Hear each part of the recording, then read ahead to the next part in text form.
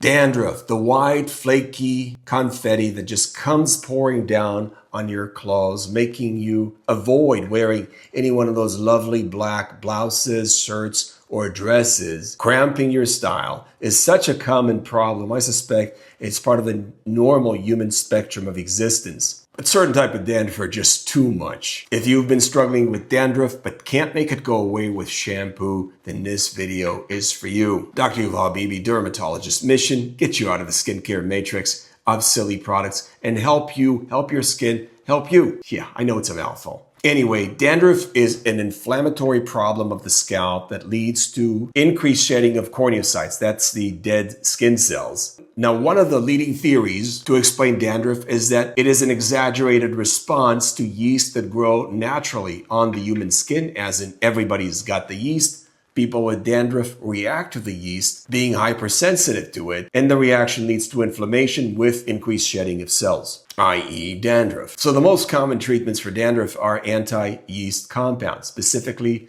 selenium sulfide, zinc parathion, ketoconazole, cycloperox, etc. These compounds, each in its own special way, decreases the numbers of yeast on the skin temporarily, thereby lowering the response of the skin to the organisms, thereby lowering the amount of dandruff produced. Now, the most popular common way of getting these compounds to the scalp are shampoos.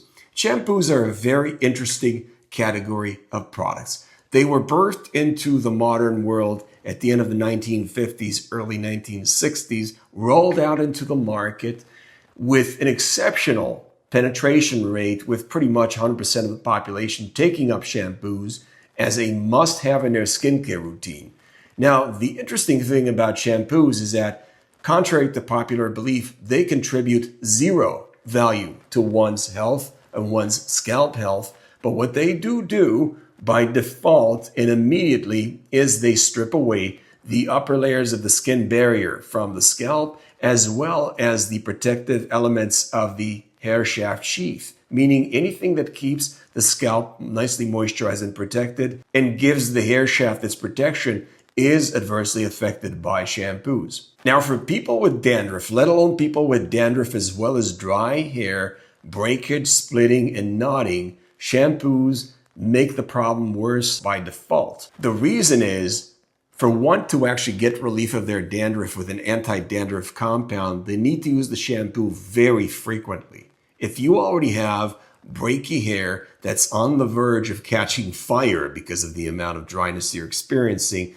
using shampoo at a high frequency every day or every other day may actually tip you over the edge and completely break your scalp. So in those situations, you're far better off using a different solution. But what can you use other than shampoos? Well, first of all, it's important to take a step back and realize that shampoos are simply not the solution for you. And because shampoos do not contribute anything to your hair or scalp health, as well as actually harming them, I recommend avoiding them altogether, especially if you have dandruff. But wait, then I'm sure some of you are already scratching your head. Well, if I don't use shampoos, which up until a second ago I knew I had to use, suppose I take your word for it and I don't use shampoos, how the hell do I manage my dandruff? The answer is simple: leave-on products. Leave-on products, as in products that are applied to the scalp directly and are left on the scalp rather than rinsed off like shampoos are. That is creams, ointments, and solutions. What creams can you use for dandruff? Well, in the United States, there are a few antifungal creams that can be used for dandruff, specifically clotrimazole cream and terbinafine cream. Even though those may have limited efficacy in treating dandruff, they're still worth a try, especially if you don't have readily available options. And I would definitely consider giving them a try for a few weeks and see what happens. Twice-a-day application is optimal, but once-a-day application at nighttime may also do the trick. Prescription medications that work for dandruff include cycloperox cream, ketoconazole cream, econazole cream, and then there are topical steroids, often in solution form, meaning in drops, although they can be used as creams or ointments depending on your hair type and your preference. And then there are calcineurin inhibitors, which are often applied as ointments. There are newer medications out there available as creams and solutions that have a much shorter track record than the previously mentioned medications. Speak with your dermatologist about your options. How do you apply the leave-on product to the scalp? Well, first of all, amounts do matter, and small amounts, go a long way. So your job is to apply as little as possible, applying it specifically and strategically over the affected area only. And that's the beauty of leave-on products. You don't have to rinse them into the entire scalp. You can just apply them exactly where the dandruff is found, massaging a very small amount of the product through the part and leaving it on there. Ideally, again, you would apply those products twice a day, as in morning and night.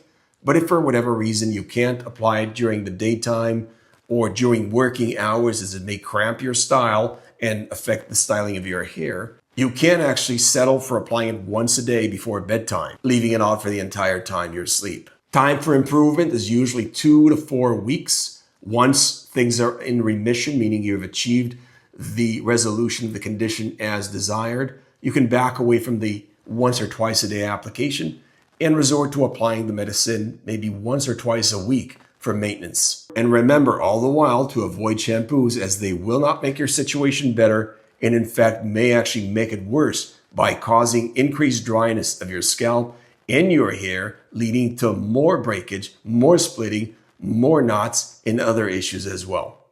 Let me know in the comments section how you like this solution for your dandruff. Also, don't forget to share, like, and subscribe for more No BS skincare advice. See you next time. God bless.